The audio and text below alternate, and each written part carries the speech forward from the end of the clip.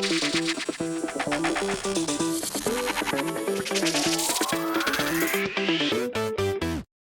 number 3 of Chicago Bears training camp is in the books, and in this video, I'll be telling you guys everything that happened in practice today. What's going on, guys? I'm back with another training camp update video, which I'll be doing every single day of training camp this year. So if you guys want the latest news on what's happening at Bears training camp, definitely be sure to subscribe to my channel. Today, I was supposed to be at training camp, but I actually had something pop up last minute, so I couldn't end up going, which kind of sucked. I was looking forward to going today, but I will be at training camp again later in August, not next week, but the week after. Next week I should be there a couple days. So regardless, I still have all the updates for you guys on what went down at practice today. I had a couple of friends that went to practice, so I talked with them. I also saw what happened on Twitter, on social media. A lot of people posted on, what they saw there. So good amount of reports for you guys today. It was a 90-minute practice. It was non-padded. Again, pads don't go on until I believe Tuesday of next week. So they're still not doing a whole lot right now. Like, you can't take away too much from non-padded practices because football is a physical game in which you're going to need pads on to actually prove who's the best player, okay? Who's the best player in practice. So don't take away too much from any of these non-padded practices, but let's get into today's practice and what happened. And probably one of the bigger stories, guys, which I love to hear, okay, for the defense is that Kyler Gordon and Brisker both had really strong days. Both of them had an interception off of Justin Fields. So these were in red zone drills. So on the first ball, Justin Fields was going to Darnell Mooney, but the ball was high and behind Mooney. So Mooney put his hands up to try to catch the ball, but ball popped up, landed into the arms of rookie cornerback Kyler Gordon. So great play there by Kyler Gordon catching the football. And the next play was probably even more impressive by rookie safety Brisker. Jumping the route. It was a short route by Cole Kmet. He jumped the route with great anticipation and stole the ball away, okay? Made it go the other way, which that's something that Brisker and Kyler Gordon, man, they're going to have to bring to this defense. The ability to make plays and get turnovers. The Bears ranked among the bottom of the league last year in turnovers forced on their defense. We basically cannot force any turnovers. Eddie Jackson used to be the turnover forcing machine on our defense, but he's not really been that for us the last, 2-3 years. So getting a rookie in here, two rookies, right, that are, ball hawks, I would say, especially Brisker. He is a ball hawking type of safety. He loves to be around the ball. He loves to make plays on the ball. You guys saw that game against Wisconsin last year. Penn State, man, he helped them win the game with his, game-stealing interception in the red zone. So both these young DBs had really good days. Kyler Gordon also had a pass breakup later on in practice. Brisker had what should have been a sack. He was blitzing and had to stop. Obviously, he can't hit the quarterback, but showed off his speed and his ability to, rush the passer in that situation. So love to see it, man. Our first 2 draft picks balling out in practice. Okay, I know everybody loves the offense, but defense still matters, and you got to get, guys that can make plays on the back end of your defense. And hopefully, these guys can do that for us this year. So good day by our young secondary. Good day also by the defense as a whole. Early on in practice today, I heard that they had a lot of plays that they were making early on in those drills, the early drills. They definitely got the better of the offense, okay, the first team offense. So wasn't much open for Justin Fields to go to. Justin Fields also got picked twice in the early drills. So defense definitely won the day early on. But later on, guys, Justin Fields heated up and basically was flawless for the end of practice, okay? So talking about the day that Justin Fields had now, like I mentioned, guys, started out pretty slow. 2 interceptions. One was definitely a bad ball by him. The second, couldn't really tell if that was on Fields or just a crazy play made by Brisker. But regardless, you don't want to throw 2 interceptions. So fans kind of freaked out earlier on, but he made them shut up by the end of practice, okay? On the final portion of practice, 7-on-7s, he completed every single pass, okay? When I went to practice yesterday, the offense kind of struggled in these 7-on-7s, okay? We had, I think Justin Fields started off 0 for 4 yesterday on the 7-on-7s. Today, he completed every single pass, which you love to see, okay? So according to Nicholas Moriano, most of the passes were short gains. On the final 2 plays, Fields found Mooney for a touchdown, then followed it up with a touchdown to N'Keal Harry in the flats to the right. So, okay, so first of all, I love that Justin Fields is dumping the ball off to the flats and going to these short completions when they are there and nothing else is there, because that's one area where he had to improve on from last year, without a doubt. Okay, there were too many times last year where there was somebody open in the flats, but Fields is a down-the-field passer. His eyes are always going down the field, which you love to have a quarterback like that, but once in a while, man, you have to dump the ball off when nothing else is there. That's kind of why he took a lot of sacks last year as well, which, again, I totally get. Offensive line was bad.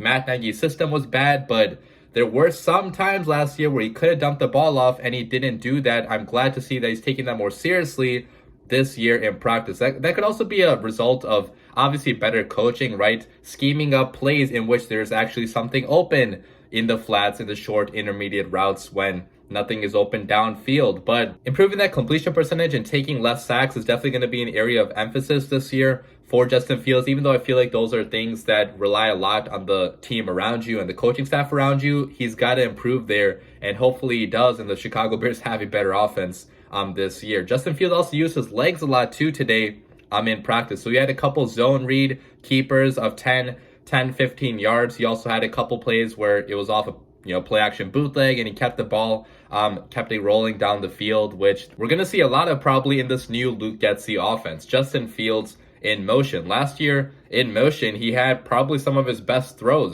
throwing on the run.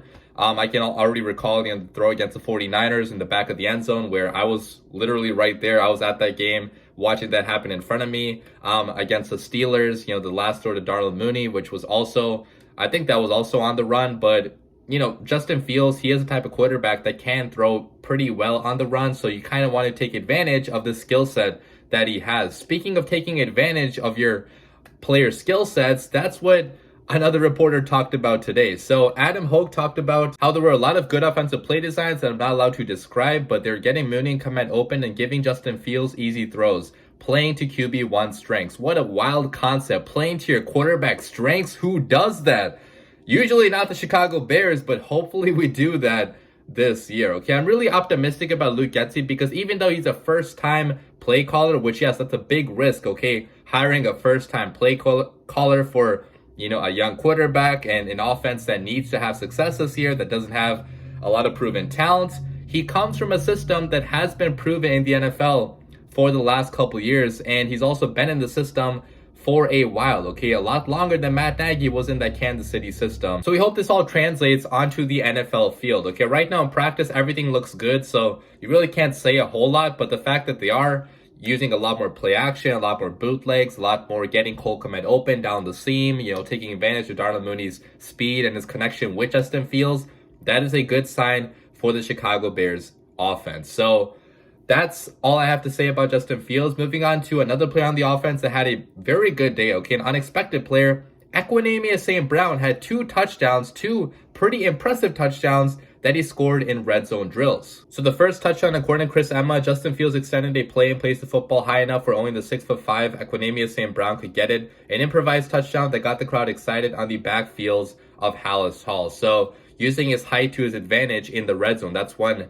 reason why I feel like he might have a chance to make this roster. Even though he's completely unproven in the NFL, you can't teach 6'5" and the speed that he has and the ability to be a red zone monster potentially for the Chicago Bears. We don't have that many big-bodied receivers. The only other guy that we have right now is N'Keal Harry, and N'Keal Harry kind of struggled early on in practice so far. So good for St. Brown. He also had another touchdown over Kyler Gordon, rookie Kyler Gordon in red zone drills. So glad to hear, man, St. Brown having a pretty good day today. He has to continue this, obviously, because there's going to be a lot of competition between all these receivers. Nobody's guaranteed a roster spot besides probably Darnell Mooney, and Equanimeous St. Brown has a real shot to be the X receiver on the Chicago Bears offense if N'Keal Harry does not step up. Now, you don't necessarily need an X in a system like this. You can get by not having a big, tall receiver, but it's always nice to have one in an offense where your quarterback might need to be bailed out on occasion, throwing it up to a tall receiver and hoping he comes down with that catch. So good day by St. Brown. Otherwise, the receivers as a whole, they had some drops. Byron Pringle had another drop today. That's not good. Dante Pettis also had a drop. So still clearly struggling a little bit with drops, but that's also to be expected this early in camp. Basically every year I've seen Bears practice or any practice for any team, receivers struggle a little bit early, but you hope they improve that pretty fast because they're going to need to improve into the regular season. Then lastly, I want to give you guys an update on the Chicago Bears offensive line, which has been reshuffling basically every single day of camp so far. So today, the starting O-line was left tackle Braxton Jones, left guard Zachary Thomas, center Doug Kramer, right guard Jatari Carter, and right tackle Larry Borum. All these guys were 5th round picks or later, and they're also second-year players or younger. So not an ideal situation today for the Bears offensive line. Lucas Patrick actually went down with an injury yesterday, and today it was confirmed that he has a hand injury, which is going to keep him out for a couple weeks and hopefully not into the regular season. According to Brad Biggs, he should be back hopefully by the start of week 1, but that's obviously not good, okay, having a starting center go down with the hand injury. Tevin Jenkins also, guys, apparently has some day-to-day thing, which they're not revealing too much about, so I really have nothing to add to the Tevin Jenkins situation right now, but he has not been practicing the last 2 days, which is not good, obviously. Okay, this guy needs to be getting these reps because he hasn't gotten too many reps so far in his NFL career. So hopefully Tevin Jenkins is okay.